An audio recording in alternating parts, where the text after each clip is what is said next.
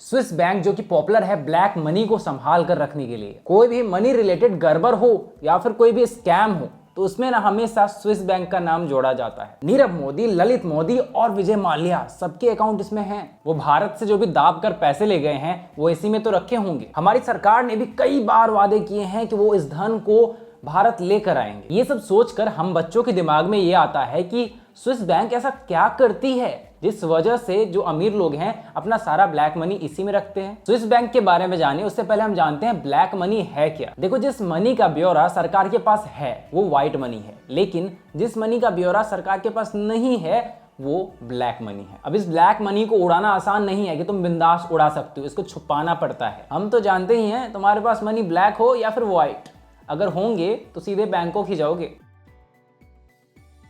खैर, मुद्दे से भटक रहे हैं। देखो, ये जो ब्लैक मनी होता है इसको छुपाने के लिए एक टेक्निक लगाया जाता है जिसको मनी लॉन्ड्रिंग कहते हैं। और मनी लॉन्ड्रिंग के लिए एक मोस्ट फेमस जगह स्विस बैंक भी है। दोस्तों, इस बैंक को जो चीज इतना ज्यादा सेफ बैंक बनाती है वो है इनके स्ट्रिक्ट रूल्स। स्विट्जरलैंड के लॉज के अनुसार ये अपने बैंक के अकाउंट होल्डर्स की कोई भी डिटेल्स शेयर नहीं करते, और अगर करते हैं तो इससे उनको 5 साल तक सजा भी हो सकती है। इन लॉज से उन लोगों का दिल गार्डन हो गया जो कि ब्लैक मनी वाला जलील धंधा करते हैं। अब ये ब्लैक मनी जमा करते हैं और स्विस बैंक में जाकर ट्रांसफर कर देते हैं, और स्विट्जरलैंड की करेंसी भी काफी स्टेबल है तो काफी फायदा है इनको। ये सिर्फ ब्लैक मनी के लिए फेमस नहीं है, जो कंट्रीज अनस्टेबल होते हैं या फिर जिनके बैंक क्रेडिटेबल नहीं होते वो भी इसमें जमा करते हैं। क्यों? क्योंकि स्विस बैंक की करेंसी स्टेबल है और इसकी लिक्विडिटी काफी ज्यादा है। इनफैक्ट अगर आपने 2013 में पैसे जमा किए होते अकाउंट बनाकर तो 2025 तक जाते जाते आपका जो पैसा होता है वो डबल हो जाता है। इनके यहाँ निगेटिव इन्फ्लेशन होती है। भैया, हम जैसे शरीफ लोग जो हैं वो क्या करें, उनके पास तो कोई ब्लैक मनी है ही नहीं। मेरे पास एक आइडिया है, जो हमारे पास व्हाइट मनी है ना उसको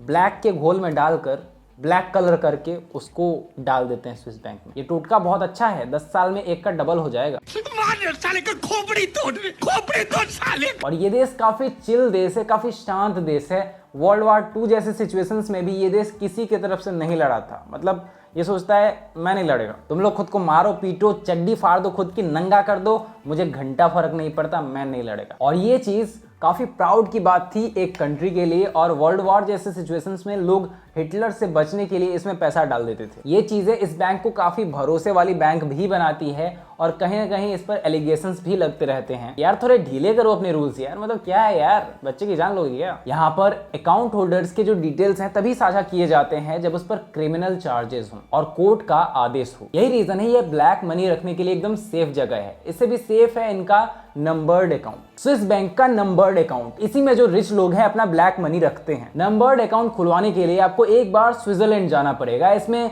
नाम की जगह कोड का इस्तेमाल होता है। बैंक के टॉप लोगों को ही इसके बारे में पता होता है कि उन अकाउंट्स में क्या चल रहा है। अब इसका मतलब ये नहीं कि कोई भी मुंह उठाकर चला आएगा और उसका अकाउंट बन जाएगा। प्रॉपरली जांच होती है, मनी लॉन्ड्रिंग, टेररिस्ट फाइनेंसिंग सबकी जांच होती है। प्रॉपर वेरिफिकेशन के बाद आपका अकाउंट खुलता है। और जब आपका अकाउंट एक बार खुल जाता है स्विस बैंक में, तब पूरी तरह से उसको सिक्योर रखने की जिम्मेदारी उनकी होती है। आपकी आइडेंटिटी किसी भी कीमत पर रिवील नहीं की जाती। इवन जो एम्प्लॉयज होते हैं, जो चेक कर रहे होते हैं, उन्हें भी आपकी आइडेंटिटी पता नहीं होती। जब नंबर अकाउंट आप खुलवाते हो तो आपको चेकबुक भी नहीं दिया जाता, क्योंकि चेकबुक से आपके लेन देन की पूरी डिटेल्स निकाली जा सकती है। इस नंबर्ड अकाउंट को मैनेज करने के लिए आपका एनुअली खर्चा आता है 20 से 25 हजार, करीब $300। स्विस बैंक की तरफ से बस आपको एक ट्रैवलर चेक मिलता है जो कि स्विस बैंक खुद इशू करता है, और उसमें अमाउंट और जानकारी होती है जिसे आपको करेंसी की तरह यूज करना होता है। ये बैंक अपने स्पेशल कस्टमर्स के लिए बंकर्स भी देता है, जिसे सीक्रेट बैंक वॉल्ट भी कहते हैं। इसमें काफी स्टोरेज होती है जिसमें लोग दुनिया से छिपा कर सिल्वर, गोल्ड, मनी जो भी रखना है उनको रख सकते हैं। ये सिर्फ उनके लिए होता है जो कई तरह के सिक्योरिटी क्लियरेंस दिए होते हैं। ऐसे बंकर्स जो पहले मिलिट्री बंकर्स थे और उनको स्विस बैंक ने खरीद लिया, और वहां तक पहुंचने के लिए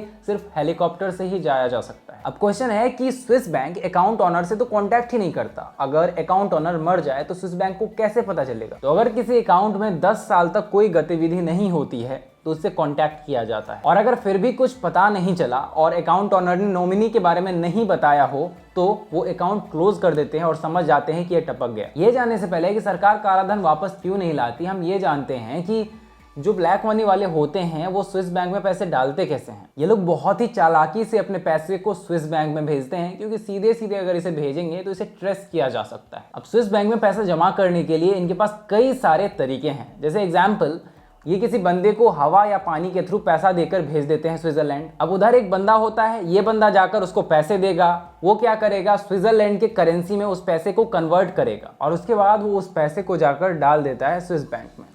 आप जो पैसे इसमें जमा करोगे वो पैसे आपने किस किस तरीके से कमाया है ये आपको बताना पड़ेगा, क्योंकि मनी लॉन्ड्रिंग जैसे बहुत सारे केसेस होते हैं, लोग कहते हैं स्विस बैंक का काम है, तो इस वजह से इन्होंने अपना रूल्स जो है थोड़ा हार्ड किया है। अब बात करते हैं ब्लैक मनी जो कि इंडिया से बाहर गई है, वो सरकार वापस क्यों नहीं ला रही, क्योंकि ये जो पैसा है छोटा मोटा अमाउंट तो है नहीं, 300 लाख करोड़ है। अगर ये पैसा इंडिया आ जाए तो इंडिया की गरीबी खत्म हो जाएगी, ये इंडिया के जीडीपी से 2 गुना है। तो भारत सरकार ने स्विट्जरलैंड के साथ एक इंफॉर्मेशन एक्सचेंज का सिस्टम बनाया है, जिसके अनुसार जो अकाउंट होल्डर्स हैं उसकी जानकारी उनको स्विस बैंक देगा। 4 लिस्ट आई 2019, 20, 21, 22 में। इसमें काफी बातों का खुलासा हुआ, जैसे कि नाम, account balance, address, tax identification number. लेकिन इससे कोई फायदा नहीं, क्योंकि ये बस टैक्स पर्पस के लिए था, इसे सीबीडीटी के पास रखा जाता है। लिस्ट तो आ गई थी लेकिन इसको पब्लिक नहीं किया जा सकता था, और जो इंडियन सिटीजन्स के रूप में अपना अकाउंट खुलवाए थे स्विस बैंक में, उन्हीं की लिस्ट आई थी और इसमें